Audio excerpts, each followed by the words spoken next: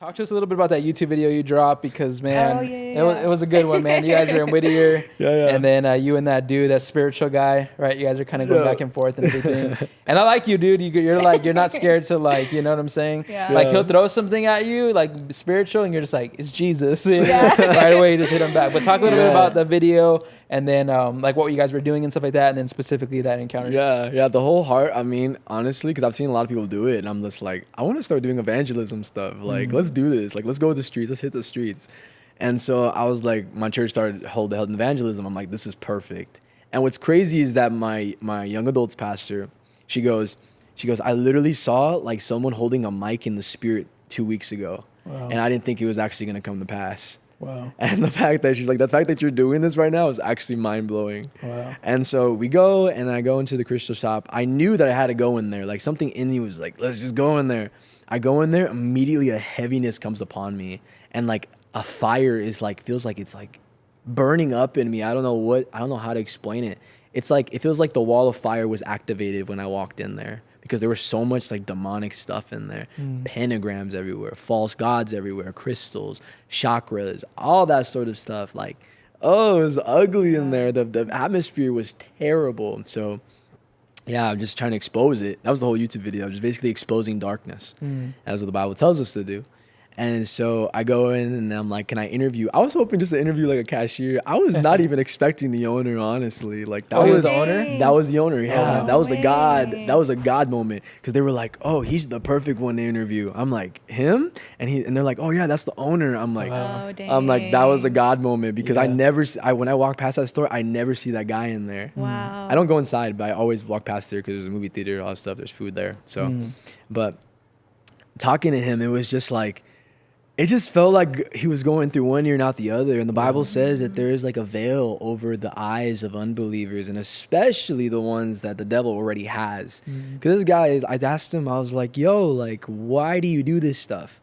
And he's like, well, it's brought healing to my life and all this sort of stuff. And I'm like, bro, that's a counterfeit, man. I'm paraphrasing. I didn't say that in the video, but it's a counterfeit. Like, Jesus can offer you healing. You don't have to buy $1,000 crystals and all this sage and invite demons into your life, bro, because these things are ultimately a counterfeit. And one day these things are going to turn on you.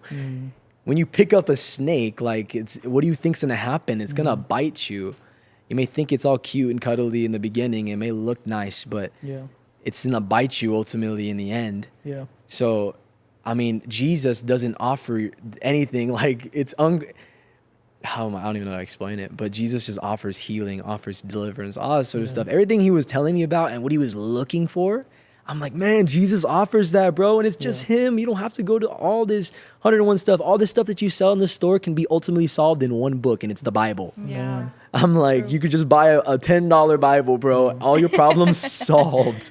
Yeah. Like every one of you, all your depression, anxiety, all that stuff, bro, solved. But the Bible, the devil has his eyes veiled. So it was really hard talking to him. Yeah. It was He like, was knowledgeable because he was even throwing things at you like, did you know this? Did you know that? Like, it seemed like he was really knowledgeable. Yeah. At least in like religions, because he's like, the Bible copies other religions. And You know what I'm saying? The stories are the same, which I've heard of before too. Yeah. And I think I'll say this. I think I kind of like that he was throwing a little bit, because for me, like just personally, like, I don't want to just be that Christian that's just like, well, the Bible says, well, the Bible says, well, the Bible says. Like, I want to know why I believe the things that I believe. Exactly. I want to know what people are saying about the Bible. Like, I study that stuff because I'm like, I don't want to be one of those like blind Christians. There's like, well, God said, and that's all, and then walk away. It's like, no, like, let's debate, let's talk about it. Like, you should be knowledgeable. Like, the Bible even says, like, so you can defend your faith. You know what I'm saying? And I feel like he was doing that to you, and I like that. Like I said, you weren't backing down. You know what I mean? Yeah. It's cool. I thought it was really cool how you asked him, like, so who is Jesus to you? And he was like, well, he's one of the ascended masters. And then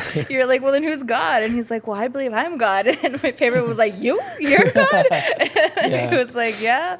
But it was crazy. It was so awesome how you guys are going back and forth. You were just so bold about it too, like to step out in faith like that and go and be like, oh, dang, this is the owner of like this witchcraft store, and I'm gonna be bold about it and like not back down from my faith. That was so awesome. I mean, like, it's just another encounter for me. Like, when you've seen like demons, like I've casted out demons before. Like when you see like someone manifesting and like screaming in your face, like I hate you, and Yeah. all this sort of stuff. I'm like, this guy ain't nothing. Whatever greater is he that lives within me than he that lives in the world. And the same spirit that raised Christ from the dead lives in Amen. me. So I'm like, I don't have to fear you, bro. Amen. I said, look me in my eye. Like, this guy was did you notice that he was like fidgeting? He was fidgeting so much.